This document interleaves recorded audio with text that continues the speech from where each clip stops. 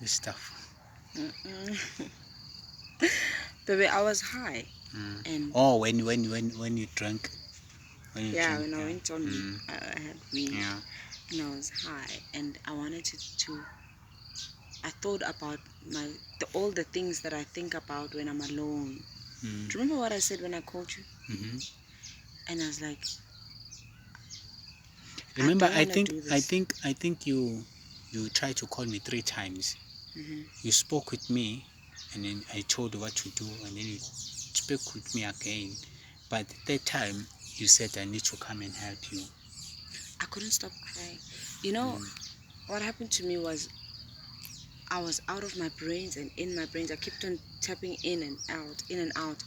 But I was, I was okay. No, I know, I know what you're talking about. everything that I went through is Yeah, what I would have gone through when I'm sober, but yeah, I'm afraid to express it that yeah, way. yeah, Like the way I was crying, I was actually crying because I'm feeling pain. yeah.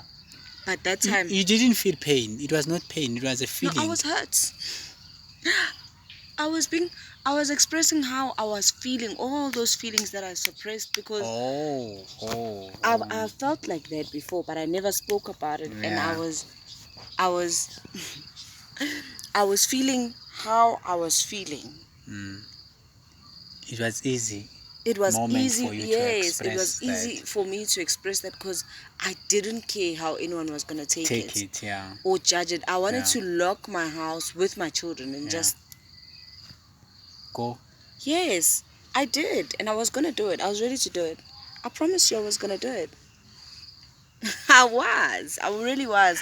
I took Yeah, my keys. I felt like I was a threat to myself. yeah. I took my keys, baby. I took my keys and I took my keys to Makut. Yeah, Sharon. I told her to keep my keys because if she doesn't take my keys, You might do I something. might do something. Yeah. I I was looking at a knife like this and I saw myself going to the knife or the knife was gonna come to me. I had so much powers, like I was gonna It was easy to do it. You were, easy, yeah, easy, yeah. easy, easy. And I felt like that before.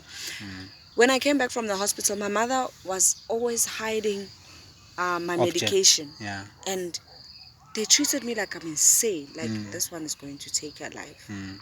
My mother woke up in the middle of the night. I think they gave me medication. And then she forgot the pills. Mopelak. And then I don't know what reminded her. But I was not there. That day I was not there. Anyways, I was just in my own mind. She came in the middle of the night. She woke up and she came. I was staying down there. I was renting an RTP down there. And she came to me. And she was like, "Hey, ne ke re ke tlo check fela mo ga bosiu," and she took the bag Of of medication. medication. She was telling me now that I'm becoming better. She's like, "Wait, ne ke tshaba," and she was telling me this crying. She's like, because of all these other things that you went through, and I saw how you were going through things, hanyan hanyan, I was afraid that you're going to take your own life. That is why I didn't want to leave you with medication. I didn't want to do any, and I saw how you were responding to things and the things that you were saying. I can't even remember half of the things. They're still gonna come, babe. Half of the things that I was saying, even the things that I was saying in hospital. Hence, I was saying that had you been with me earlier, it was just going to be As for crazy. time machine, I don't know even what is time machine, but in my mind, I believe time machine is that machine that stops you from breathing. When I was in hospital, I wanted that machine, Takes you back in time. to take me back in time. You know, um, I once collected pills in the hospital. They would give me medication, I wouldn't take it, and I would put it together. And then I was saying to Oh gosh, I myself, did that. I said to myself, if this feeling continue like this, I'm just gonna take all this medication. Maybe this medication can sort out my misery. I did that. You Remember did when that too? my uncle bought me, Mm, when I told him to stash mm, medication for me, mm, and Candace. yeah. Candace Lilianka. I remember asking my friend Candace Lilianka to bring me medication from Mm, outside because the pills that they were giving me because they weren't strong enough mm, and they didn't pella mo tseleng. First in September, October, just after the accident happened, and it just became. I saw my life flash, babe, like in a minute. You know, this is easy. I just kept on thinking, I mean, it's okay.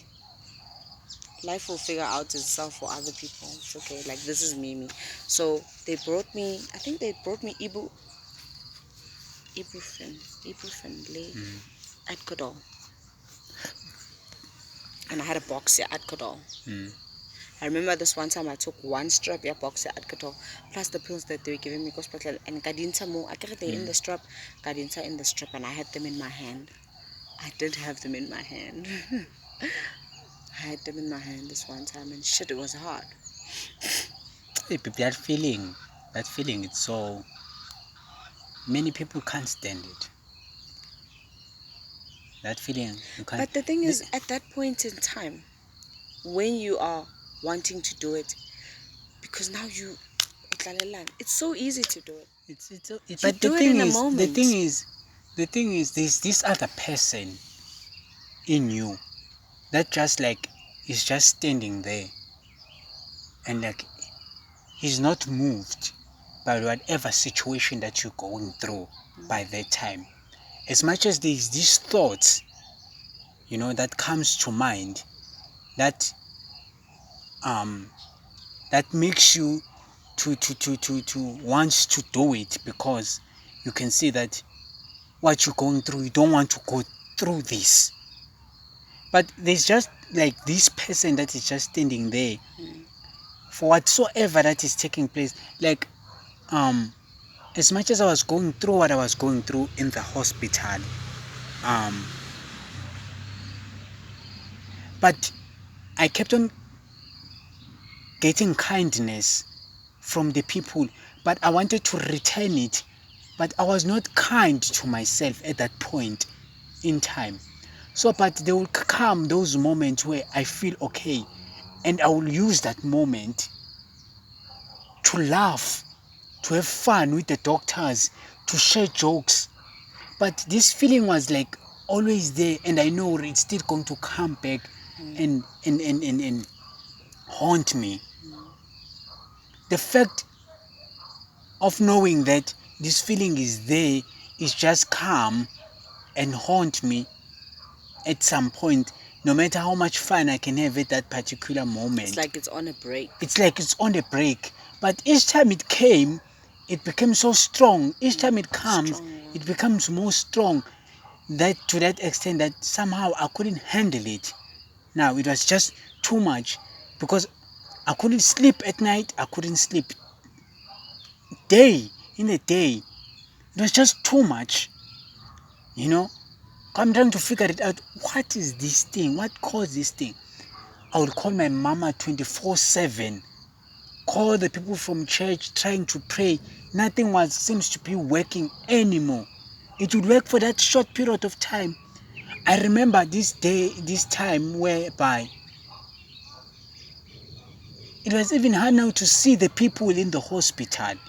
But because the memory is still there, that okay, this one are off a night shift, this one are off the day shift, you know.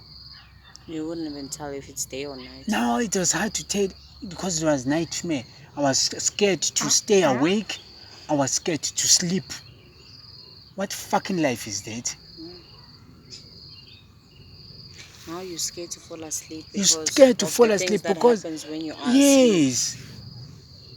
You know, I feel like my life is gone when I'm sleeping. I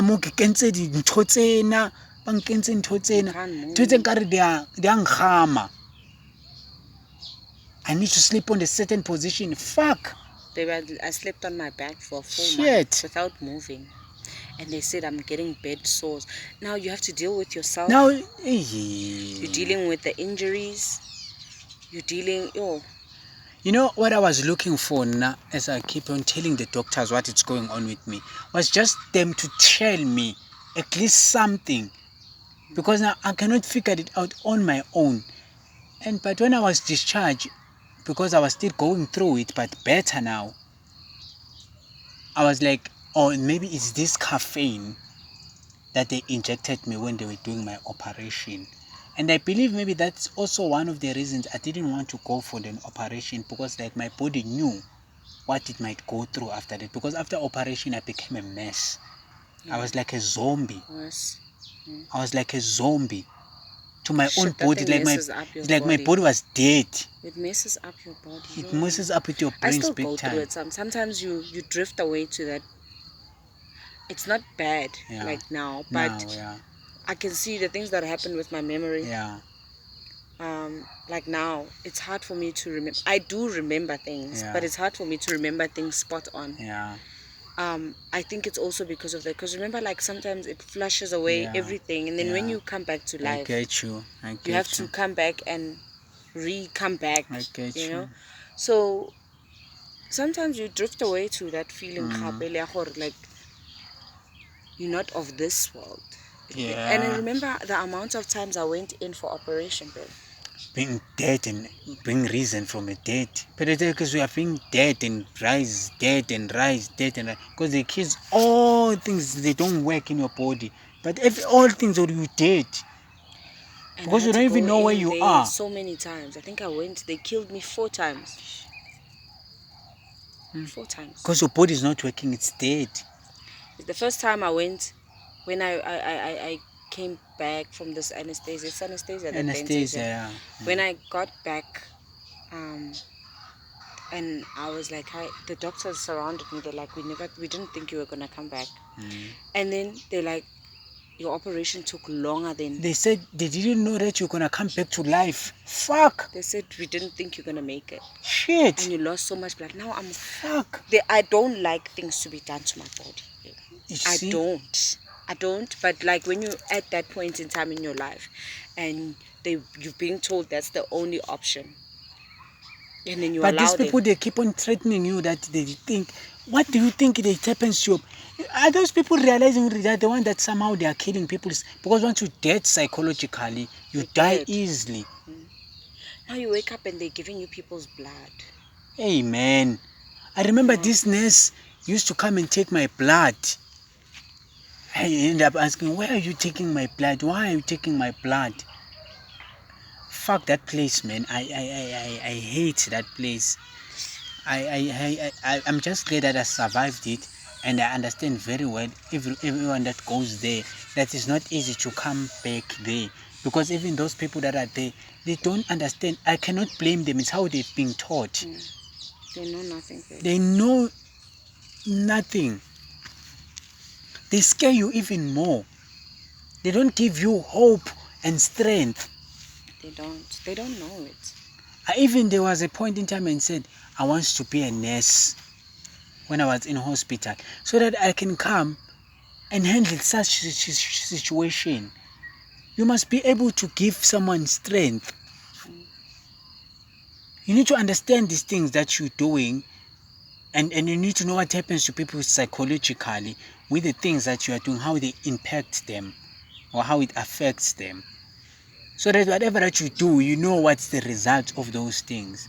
It's not easy to make it out there when people, they keep you in that kind of mentality. That's not easy. Hey man, we've been at it. We are really been at it there.